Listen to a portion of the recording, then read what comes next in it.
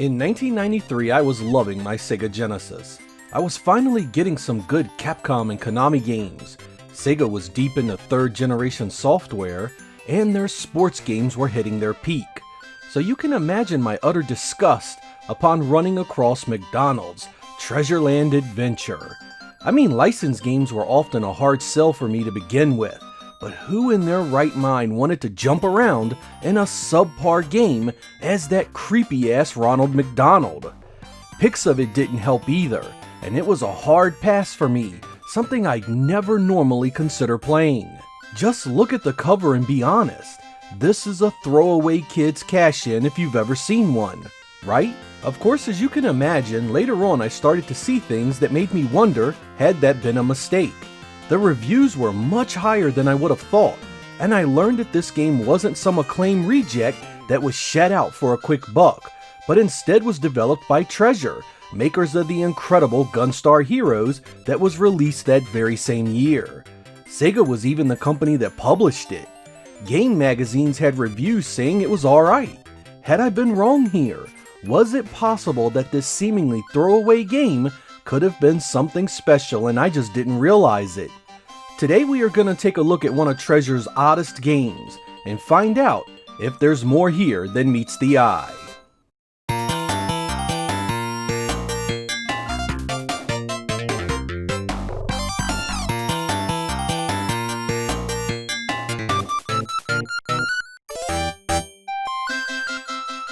McDonald's Treasureland Adventure is a 1993 action platformer that was developed by Treasure and published by Sega. It was released in every major territory and came on an 8 megabit cart. The story is your typical hokey children's tale of Ronald McDonald finding a piece of a treasure map that he wants to follow. The problem is the other pieces of the map are in the hands of some rather unpleasant creatures. Ronald decides it's time to take them out, rescue his friends, and score that treasure for himself. The gameplay is of the action platformer variety, which basically means you'll be hopping around constantly while killing enemies. Ronald has 3 actions that will dominate your playtime. The first and most obvious is your jump. Every level requires some form of jumping to get past obstacles. You also have a magic attack that sends out a wave of stars. This attack can be upgraded a few times to make it more powerful by picking up star icons. Ronald also has the ability to grab onto hooks with his magical scarf. This allows you to jump to higher platforms, save yourself from certain doom via the dreaded bottomless pits, and ride zip lines up and down certain parts of the level. Your life is represented by crystals at the bottom left of the screen. Crystals are lost as you take damage from enemies. They can be restored a number of ways during gameplay. Collecting flowers will restore them if you get enough of them, and you can collect crystal icons that replace them immediately.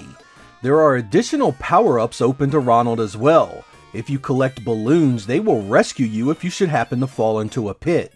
There are also item shops on each level that allow you to buy extra lives, life, and continues. Some doors will let you play a columns-like minigame for items. All in all, it's a surprisingly strong playing game. Every stage is well thought out and loaded with details to keep things interesting. Perhaps the most surprising part of the entire thing are the boss battles. Ronald literally has to give up part of his life crystals to weaken his enemies and rescue his friends. Once you have weakened the boss with a crystal, he becomes vulnerable to your attacks for a limited time. The only problem with all of this is the game is far too easy on the lower difficulty settings. I mean, you can basically run right through it the first time with nothing to stop you. Even the final stage is a cakewalk. For experienced players, I recommend starting on the hard setting from the very first time you play it. You'll enjoy it a whole lot more.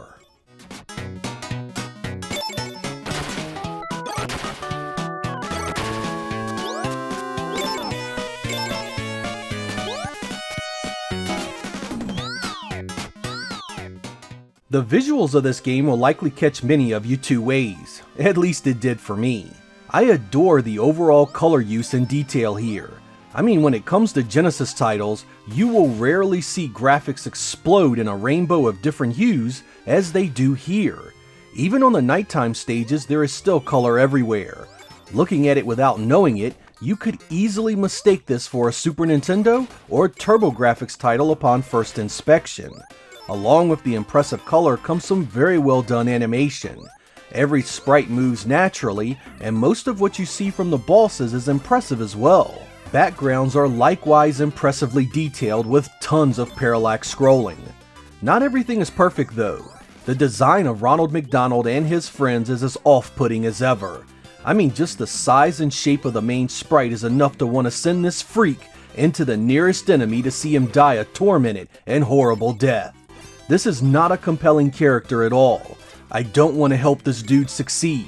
I do not want to help his friends, and I have no desire to see the cinemas that give me alternate close-up angles of this piss-poor licensed design. McDonald's should be ashamed of themselves for unleashing this blight upon society, and I'll never understand its appeal. And that pretty much sums up how it is here. You'll enjoy the masterclass technical presentation quite a bit, with its great color and animation, but be utterly slapped in the face by the license that's behind it all. If Treasure or Sega still owns this engine and design, I'd love to see them put a new hero and story behind it and release it as a new game entirely.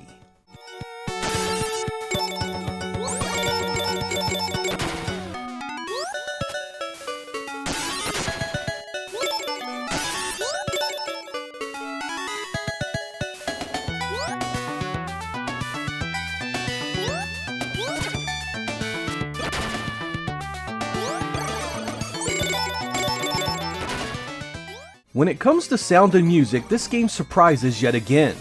Sure, it's happy and upbeat, but there is a real quality here you again have to admire.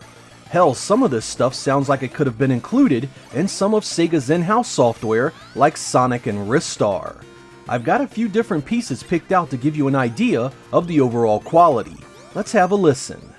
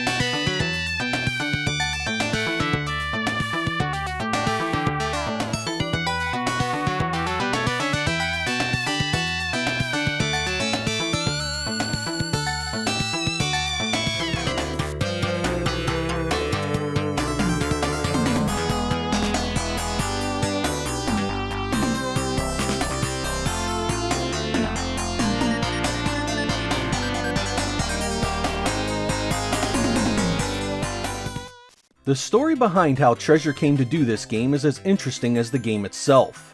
Made up of former Konami programmers, Treasure wanted to make its own games, but Sega wasn't initially interested in Gunstar Heroes due to Treasure's lack of experience. Instead, Sega offered Treasure an opportunity to make McDonald's Treasure Land Adventure here. Treasure took Sega up on the offer, using the payday as a chance to finish up their labor of love and establish a working relationship with Sega of Japan. The two games were released right on top of one another, with Sega publishing both. This would begin a partnership with Sega that would last years and beget multiple high-profile Genesis exclusives. The following year, in 1994, Sega contracted the development studio Sims to do a version of this for the Game Gear, downsizing the 16-bit game entirely. It came with numerous changes to the story, level design, and gameplay, but the core experience is very similar between the two. This version was only released in Japan and is quite expensive these days complete.